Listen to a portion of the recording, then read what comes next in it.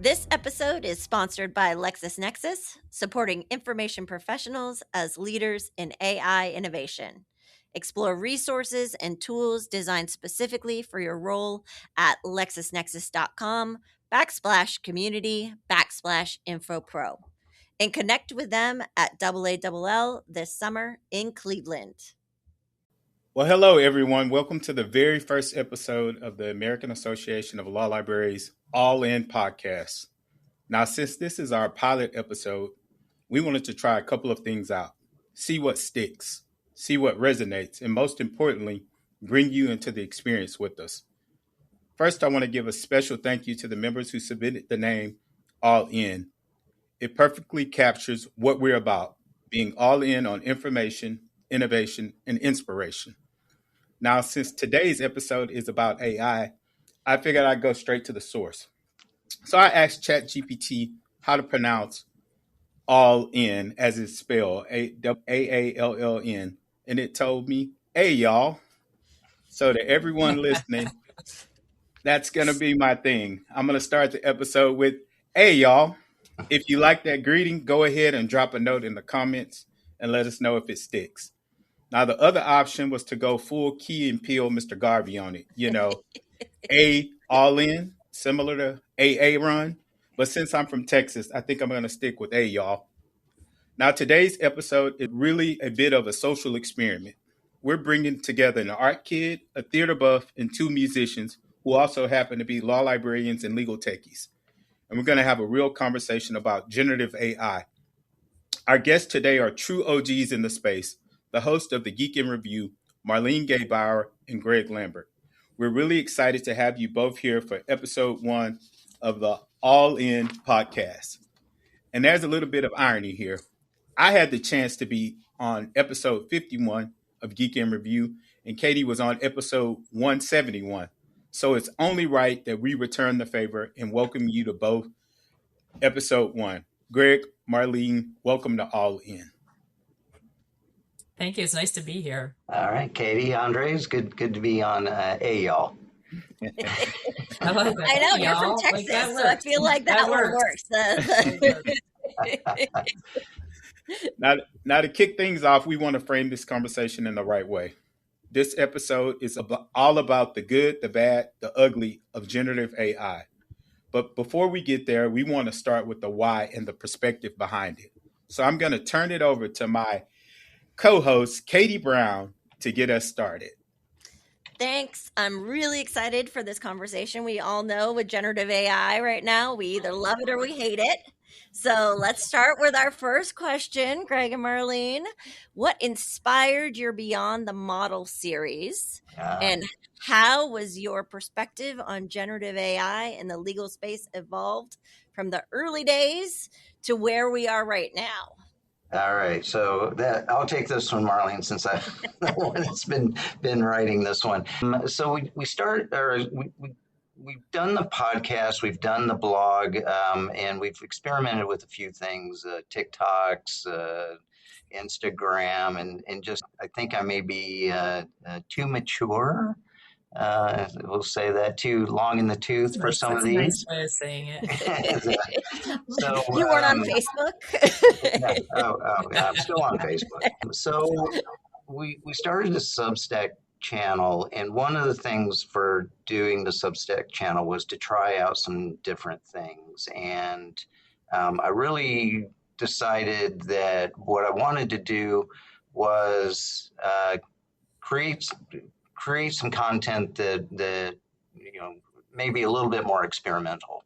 And Marlene and I had a guest on a few months ago, Anusha Gillespie, who we've known for a number of years. She's been on the show a couple of times at least.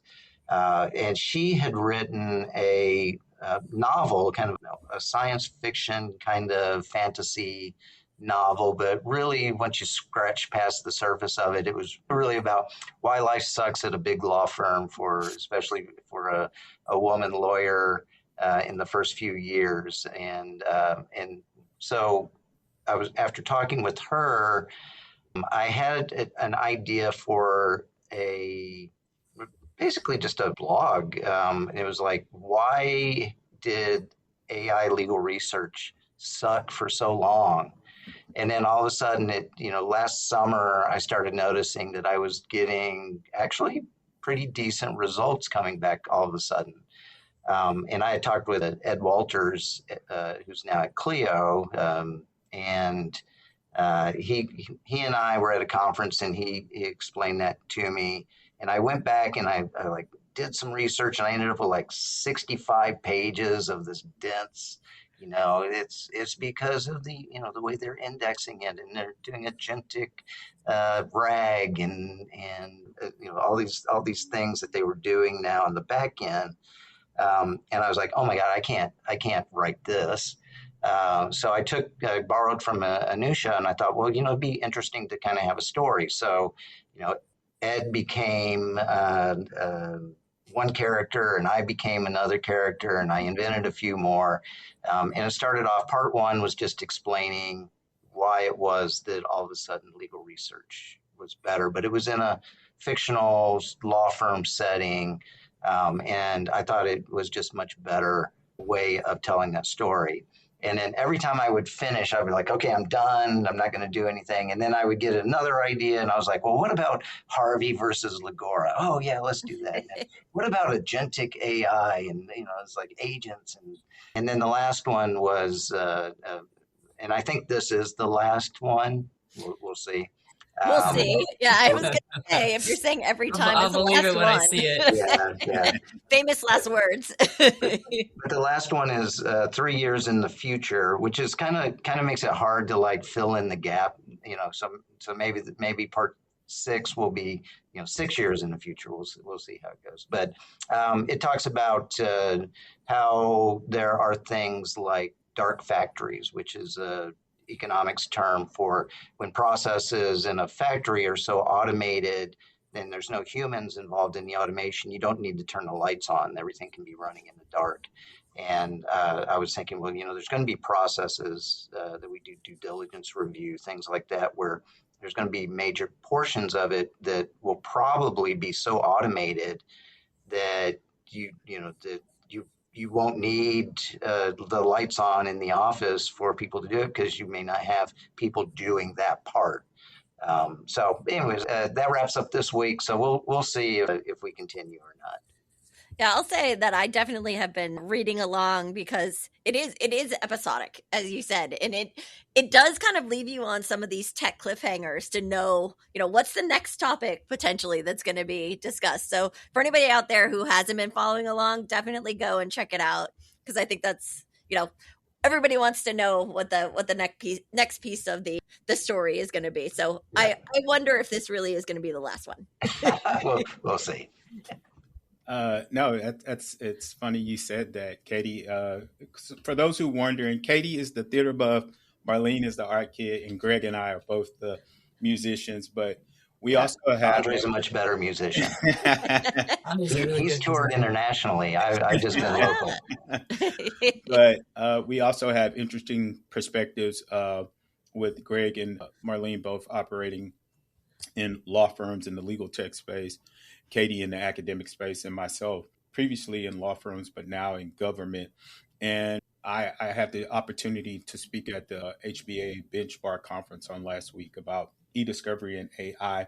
And I got a really interesting question about access to justice and how AI can assist with that. And I think there are a lot of different people doing their part for that. We have, I think, the Law Draw, Tom Martin and the Law Droid conference is coming up in, I think, next week or the week after that. But I want to direct this question to Marlene. And so we're going to talk about the good. We're going to be really positive right now. Where are you seeing generative AI truly deliver value in practice today? What's working better than expected? And how are law librarians helping to drive that impact? Mm-hmm. Well, I mean, it's certainly working a lot better than it did when it first came out. I think that everyone was a little dazzled, but also, quickly skeptical. And, I think that that's a healthy thing, with this tool, because it does generate content. So, in terms of what we're seeing it do really well, we're seeing it do things like, summarizing and analysis between documents, comparing documents. Some of them do redlining now, and that's incredibly helpful, I think, for attorneys to be able to compare and contrast the differences. They offer workflows at this point, and I think people are starting to dip into that a little bit more. Attorneys are starting to look into that more. Just, having something pre-programmed as opposed to having to create a really extensive prompt. And, some of them work better than others. I just heard this morning that one of the tools that we have did an excellent job in that and saved tons and tons of time. So definitely a time saver. But I've been writing and talking about how it's sort of beyond the time savings in terms of what it can do, and you have to look at value in a different way, because we can't really measure time anymore because the time is much shorter, but the value of the output is still there. So, are we looking at in terms of output? Are we looking in terms of a subscription model? Flat fees? Like, how do we want to look at this? And I think it opens up the ability for us to have conversations with clients to find out what is important to them and sort of shape what we're doing with AI around that. In terms of what librarians are doing with this, I mean, they're doing a ton, and many are in the forefront of this. Some of the main products that we hear in the news are things that the library handles. So, things like a co-counsel or things like a VLEX. There is a research component to them, and librarians are definitely getting involved in that. And also, I think as some of the other tools are becoming more kind of library related, they are also starting to get involved in those. There's a lot of blending and crossover that's happening right now, which I think is actually healthy. I think it's healthy for the competition. I think it's healthy to keep the different the vendors on their toes and make sure that they're delivering the best possible resource or tool rather. And our librarians are actually leading the trainings on that, comparing tools. That's one of the main things we hear a lot is, well, what is this one good for and what is that one good for? And while there is certainly a need for experimentation on all of those things, the library staff is one of the key groups that do that type of comparison and do that type of testing, and are able to convey that to the rest of the firm. So I want to follow up kind of in this, and this is this a good or is this potentially a bad question on that last bit that you were talking about? So we are seeing a number of, and I'm kind of thinking about, right, we had the fast case into VLEX, and then we recently had the Clio purchase. We're also seeing a number of resources that would have been in people's tech stacks that now they are either purchasing, or we've got these Gen AI pieces on top. So is this a good thing or a bad thing as we think about our tech stacks in some of these firms? What do you all think about that? I think it's a good thing, and there's still room. I'm still seeing new vendors come up with new tools, so it's not like suddenly innovation is dying because of some of these consolidations. I mean, you do have to pay attention to that, of course, but there's still a need for point solutions. There's still innovation that's happening out there that that some of the other larger vendors aren't able to do as quickly.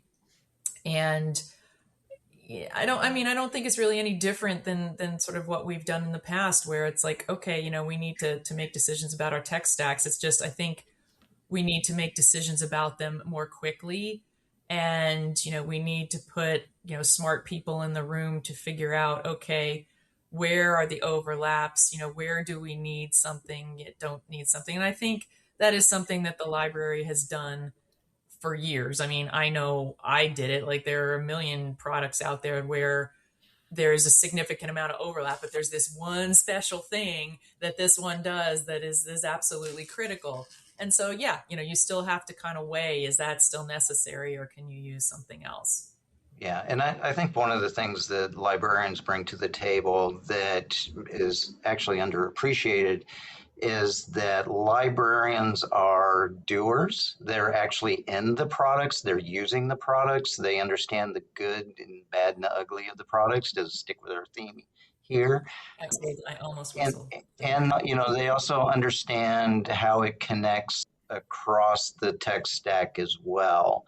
And the thing with like our IT groups are great at making sure that the network is running, that everything is secure, the databases are there, but they're not experts in the external information that needs to be brought into the firm. And I think that's one of the values that we get, and you team that up with knowledge management style folks that are really good with augmenting the internal information that's developed by the firm.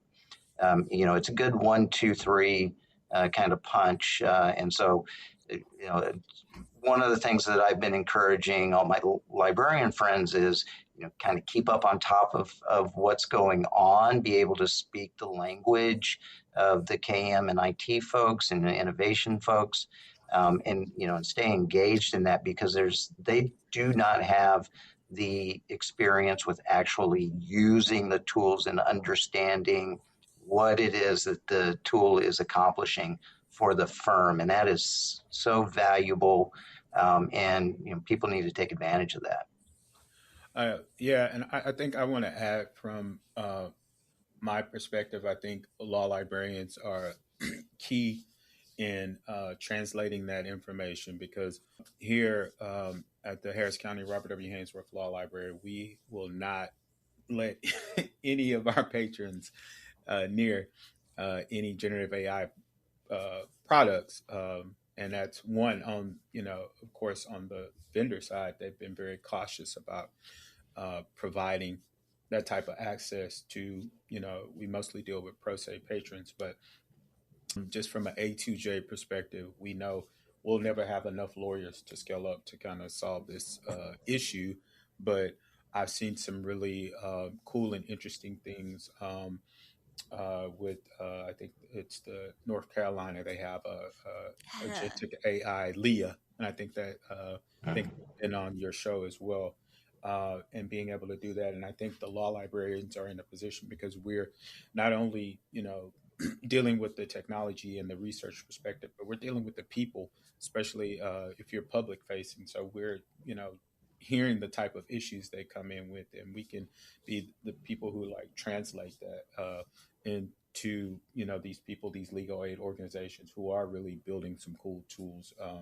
I think the people, these legal organizations, I went to the Legal Services Corporation Innovation and Technology conference in January, and just some of the things that some of these legal aid organizations are doing are really amazing, and they're doing that to be able to help people. So I think we play an important role in having these conversations with the tech companies, the legal technology companies, as well as the legal aid organizations and the people themselves. So. Andre, I love that you mentioned Leah. I had the opportunity to see that. For people who don't know, it's a really cool tool that's out there that they have in North Carolina. And it ended up launching just timing wise right before the floods happened in Asheville. And I know it made a huge difference from an access to justice point of view.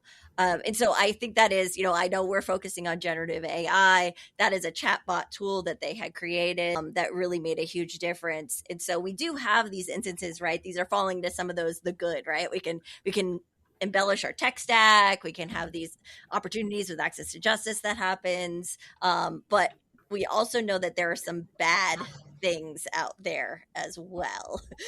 So I just we're gonna wanted just to mention. drop that down there.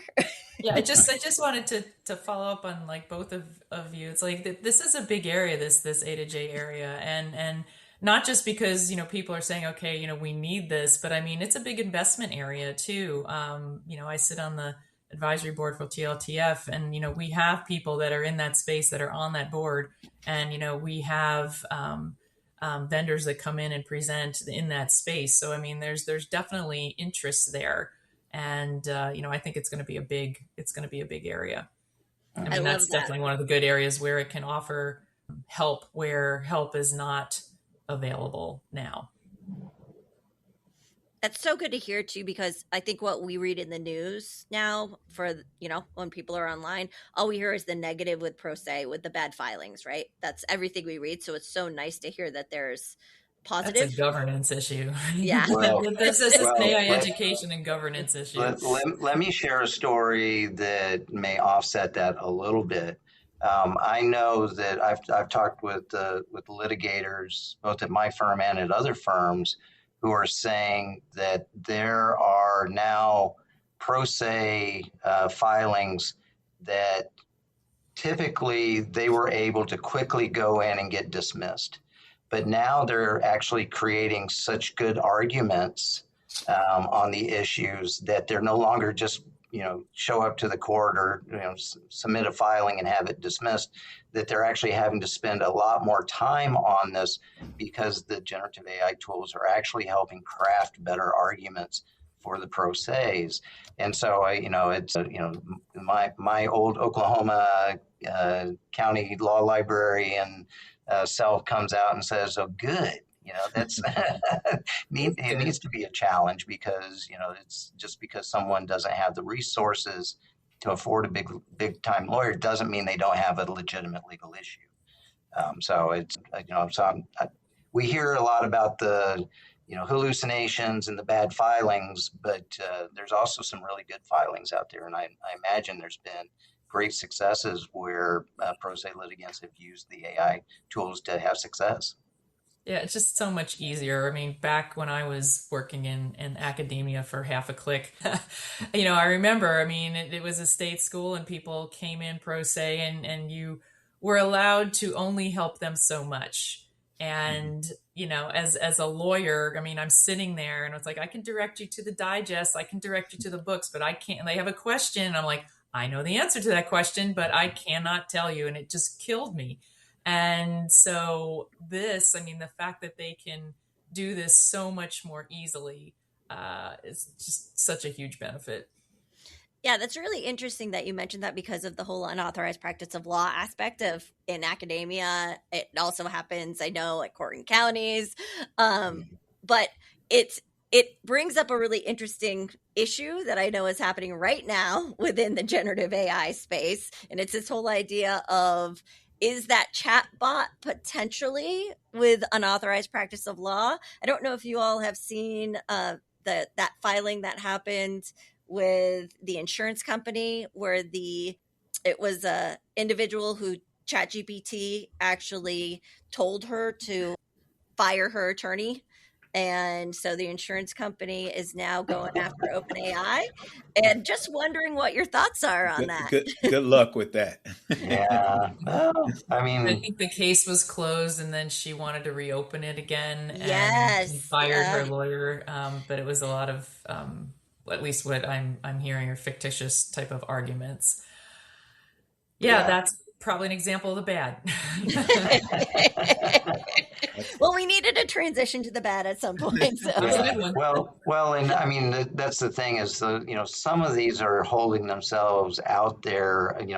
Elon Musk this week, pointed to his new Grok 420, which I still roll my eyes at every time he comes out with a new model and it's some reference to drugs or sex. And so, but he was saying that he uses it for his taxes and he uses it for his legal advice and then Anthropic is coming out with and saying hey, we've got a skill here that does legal work, and Open AI is claiming to be both healthcare and legal.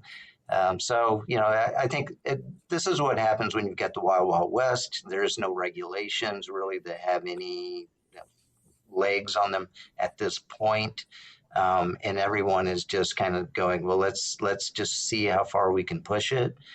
It's going to be interesting to see how and if a well-regulated industry can come in tamp some of this down, or if they do it at all? I think, it's a prime example of like AI, like a need for AI education and a need for governance and a need for guardrails. Because it is like this is all very experimental and at this point, and it's changing very rapidly. And people need to understand what the tools can do and what they can't do, and what their strengths and weaknesses are. And then you have to have a real governance plan around that.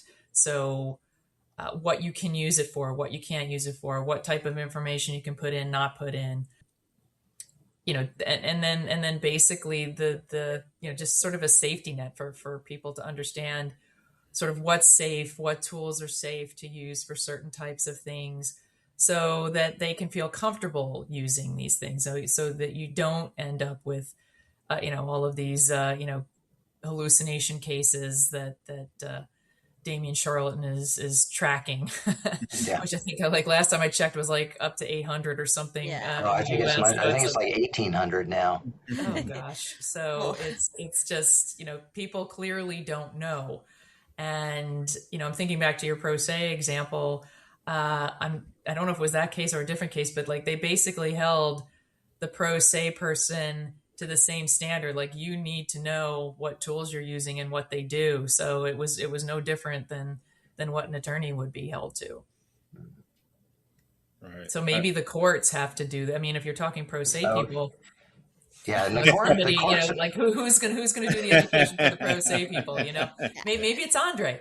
Yeah. It's like maybe it's the state schools. I don't know, but they, it's one thing with a firm. I mean, most firms, I would hope, have that type of education and guardrails and governance. But for a pro se person, I'm not sure where you would find that Right. consistently.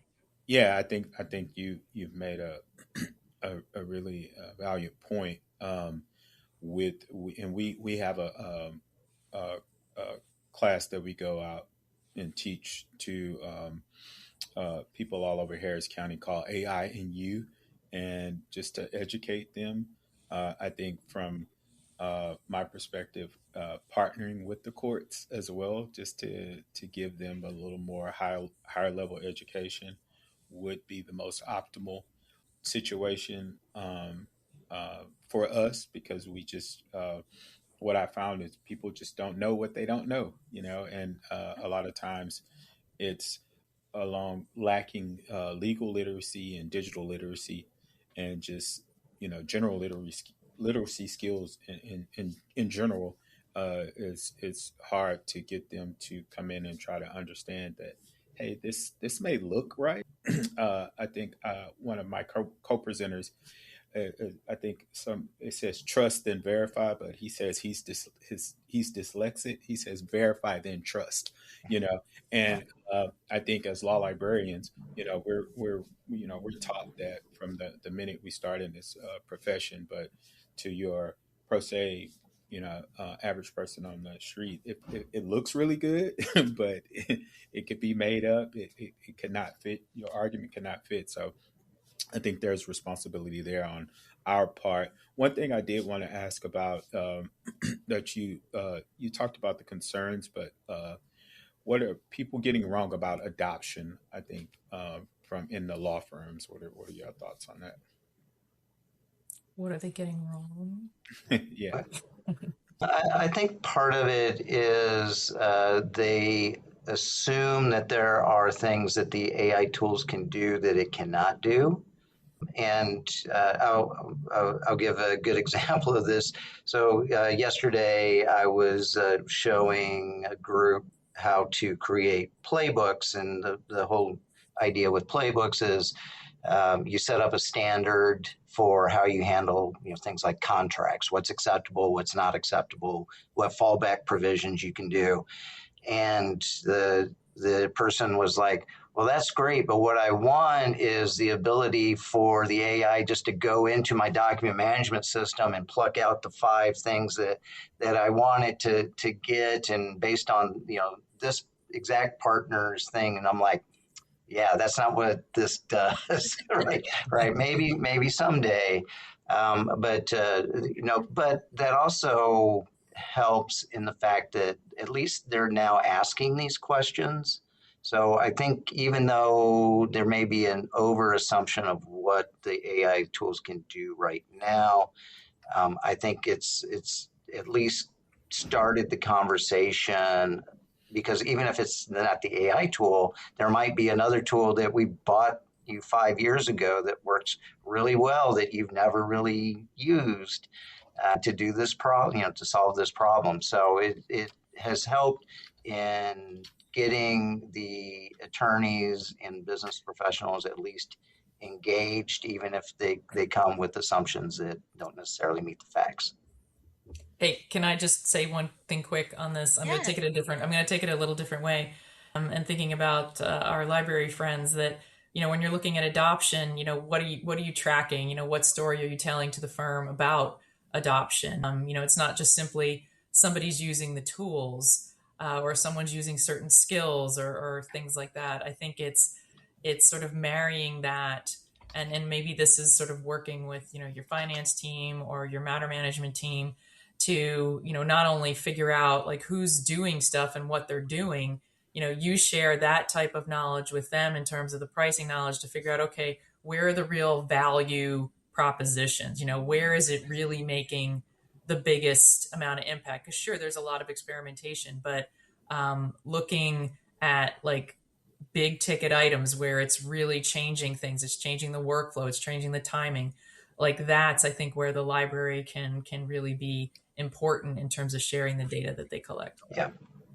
Marlene, that reminds me of a term one of my colleagues, Heather, hello Heather, introduced me to, is thick data. It was the first time hearing that, but essentially, thick data is qualitative information derived from human observation, emotions, context. That you combine with the quantitative data. So that just popped in my Collecting mind. use cases, yeah. I Right. mean that's really important. Yeah. And now, a quick word from our sponsor, LexisNexis. We'll be right back. Every great era of transformation has architects behind it. Today, information professionals are helping shape the next era of AI in legal organizations, guiding adoption, ensuring authority, and turning innovation into real impact.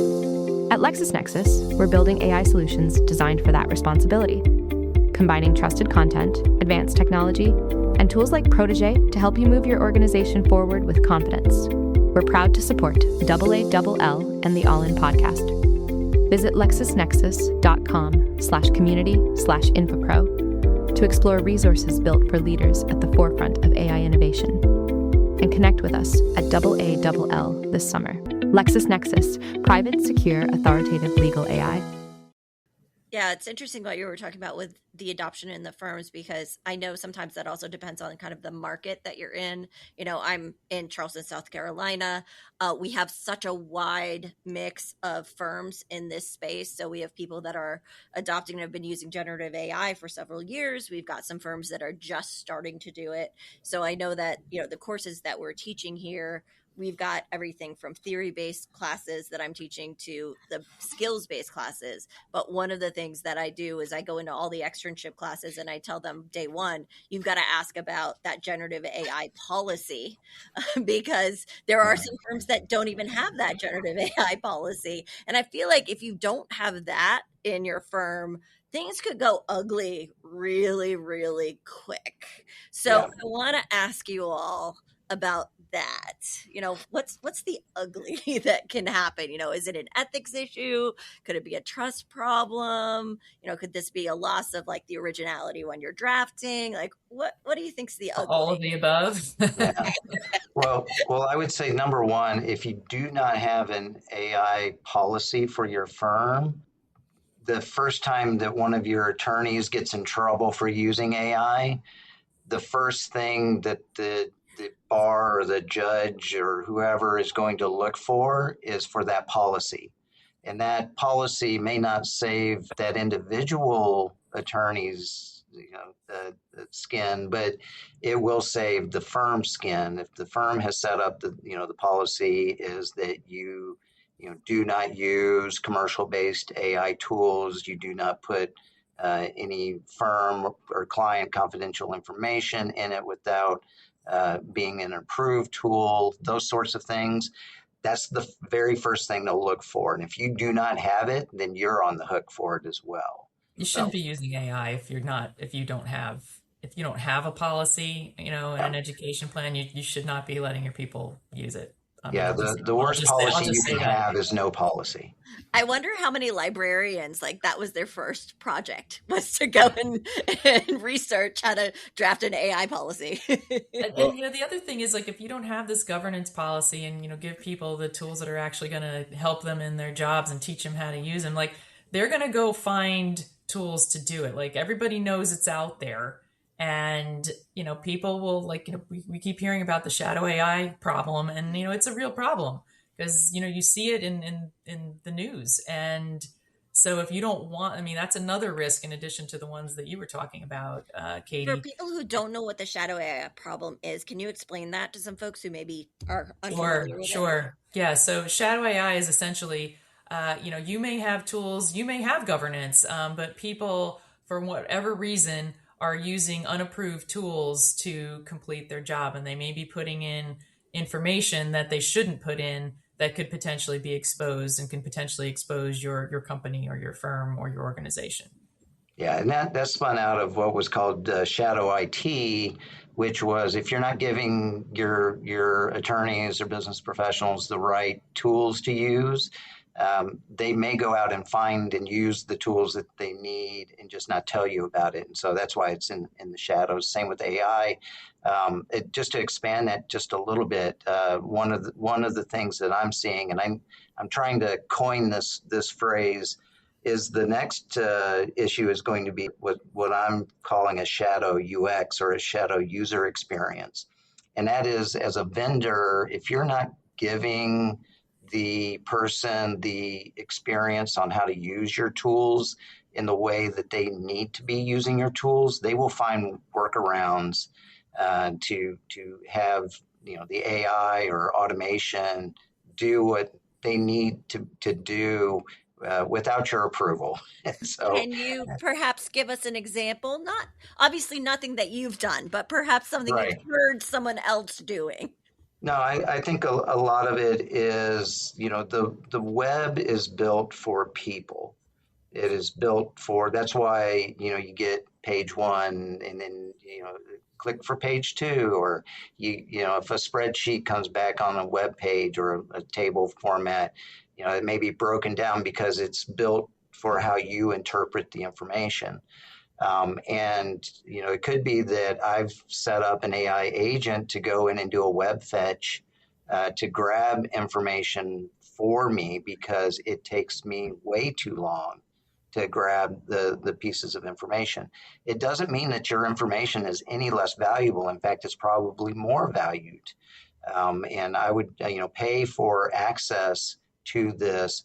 But the way you have it set up is your metrics are based on me spending a lot of time, getting around on your web page or in your database. And that's actually terrible user experience for me. Because now I may have an agent that's going out and needs to just pull, one or two pieces of information. And I can't be spending an hour on your website trying to get that information so that I can then manually go and pull it off somewhere else. So that's the type of experience that I think you're going to see people moving toward in the next few years.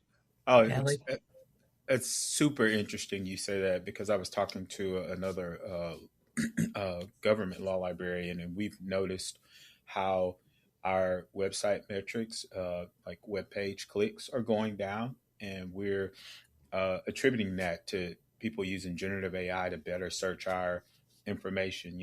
From a Google search, you're automatically going to get Gemini, and it's we're seeing that trend go down over the last 3 to 4 years, which again, it's back to framing that conversation as Marlene talked about. Hey, website clicks are going down, but where there people are able to find information better. They have a better user experience, UX experience. I really like that concept. But since this is Marlene's gonna counter.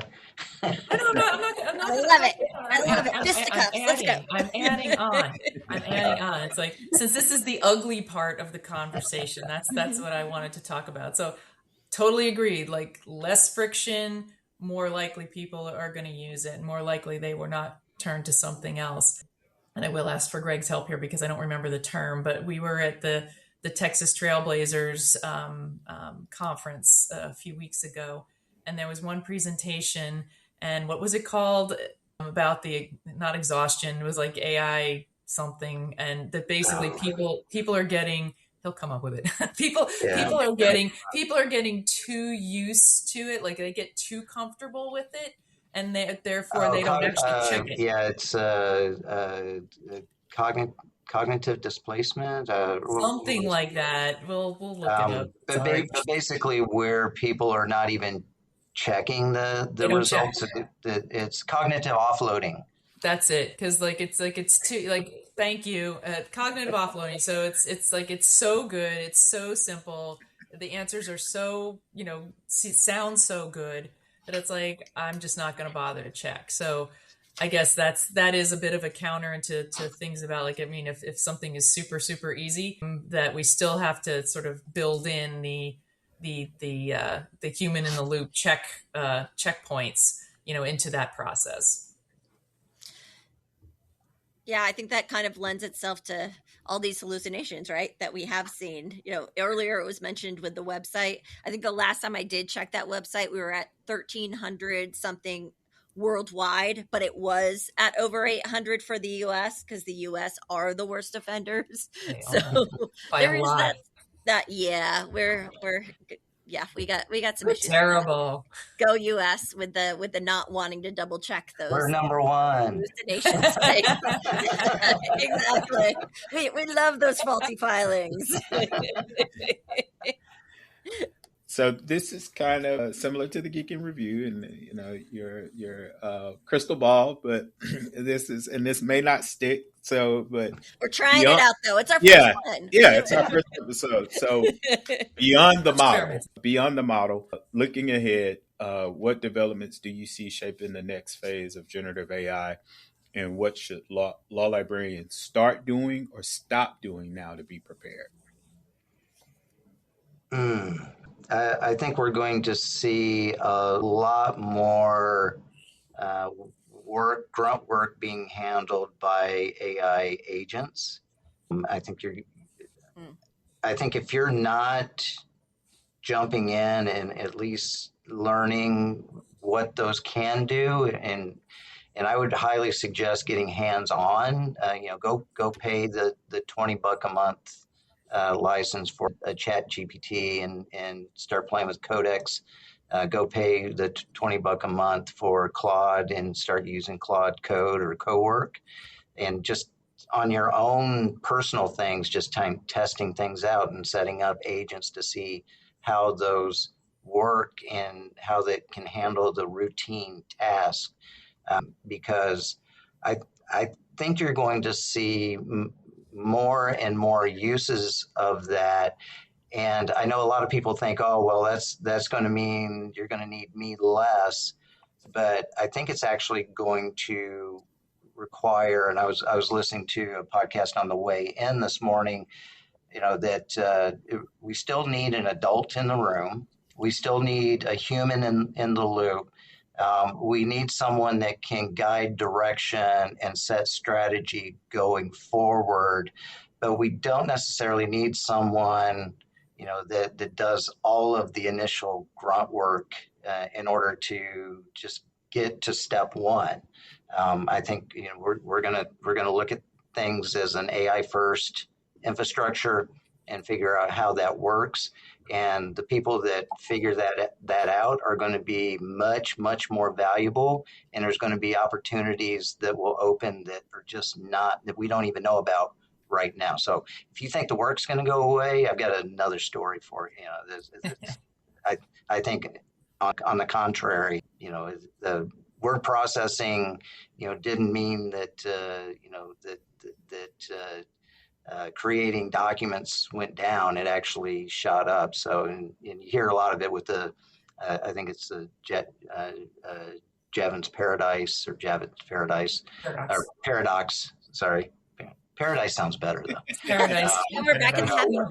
Yeah, we're back to the good. The easier it is, or the less it costs to do something, the actual demand goes up. So we'll see how it goes. So my take on the question is, if you have the ability, and this kind of goes back to Greg saying, if you don't have the ability, go buy something and you make sure you use it and get those skills. But start doing these individual agent builds. Like, there seems to be a rise in, these sort of quick builds that anybody can make to solve like discrete problems. So become very proficient at that, because I think people are going to want that. And they're going to be, many of our patrons and customers that either don't want to spend the time or just don't want to do it. So I think that you will be a true resource there if you can do that, because attorneys are starting to build these things themselves. And so if you can be a help there, I think that's a great idea. And they are. I can validate that. Yeah, I know. Same here. So also, like, start getting involved with discussions about workflows. And I don't mean like workflow in a particular tool. I mean like the process from start to finish of a matter. And, if you can start getting into those conversations and start mapping that out, that is something that is happening now where, we're looking from start to finish as to, how AI is impacting something and how is that going to change what the process is. And, I think that is going to be a big growing area. And also, I think for some of these things, it's not just the AI, like there's going to be an automation component. And I know we've had like automation for a long time, but so if you're a Power Automate person or, whatever tool of choice to sort of work on automations, what I see is you're going to have a combo. You're going to have like, this automation component, and then, have AI being, drafting something or composing something or analyzing something or whatever it is, and then you're going to have these stop points where, people start looking, but, you're going to start building these things to sort of flow.